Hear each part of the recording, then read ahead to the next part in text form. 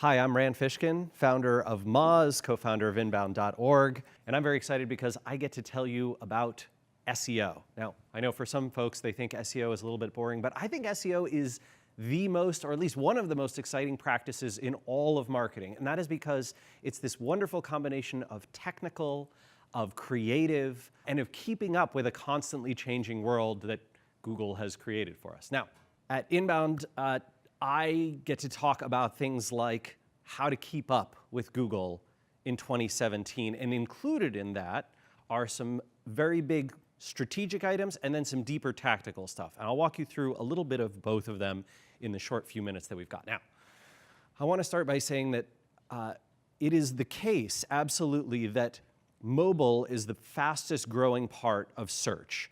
But desktop has not actually been shrinking, at least not very much. We've seen about from the height of desktops, rise in search volume a few years ago, we've seen maybe about a 10% total drop. Mobile has gone crazy in that time, absolutely, and is now even bigger than desktop.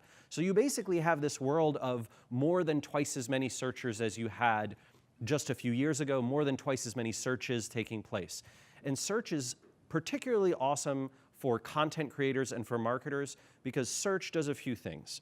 When someone performs a web search or a mobile search, they have high intent. They know they want that thing and they want it right now. That means it is often much easier to convert them from a visitor to your website or web page into a paying customer or a subscriber or someone who gives you their email address in exchange for some value or some piece of content. They've said, I need this. You can serve that up. And that's a wonderful exchange of value. Now, search, some of the cool things that we've been able to do at Moz over the last few years is to look at clickstream data to see where clicks are happening. And there's a few stats that I find totally incredible. One of them, for example, so this is looking at millions of searches and search clicks. One of them is that about 1%, a little more, I think it's 1.19% of all clicks that happen in Google result in a paid ad click. 1.19%. And Google made more than $40 billion on 1% of all the searches that happen on their engine. That is, if that doesn't blow your mind, I mean, I think that's incredible. About 50% of all the searches that take place in Google get no click or go back to another Google property like YouTube or Google Maps, or they click on Google Knowledge Graph, or Google answers their query before they ever need to click on anything.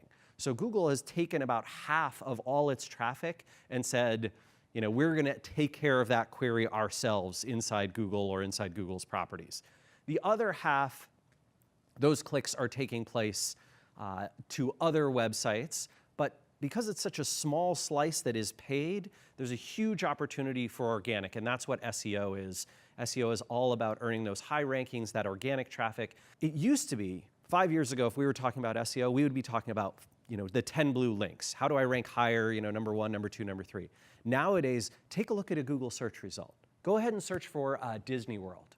Do you see what's happening? There's a knowledge graph on the right-hand side. There's images and video and news. There's ads above the fold.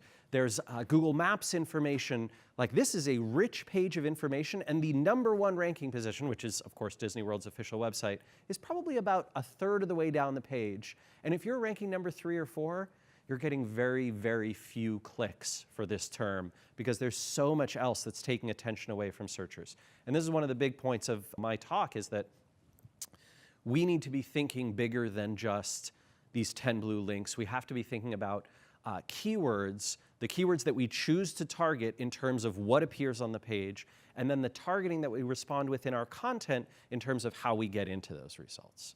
If you do that, you have a big opportunity to beat out a lot of your competition who are still not thinking in terms of images and videos, and how do I get into Google News, and how do I get into the knowledge graph, and how do I get into instant answers, how do I get that result 0, how do I get into rich snippets of all kinds and other rich sorts of data. Google is constantly testing all kinds of new stuff. 3% of Google's results have Twitter embedded in them. If you're not thinking about Twitter in terms of your SEO strategy, you're probably missing something there. Twitter is huge for brand names, it's huge for trending items, and it can get quite a bit of click-through rate. and certainly a lot of branding and awareness inside of Google. So tons of opportunity, lots to execute on. Hope you'll join me again at HubSpot and at Inbound and at Moz. Take care.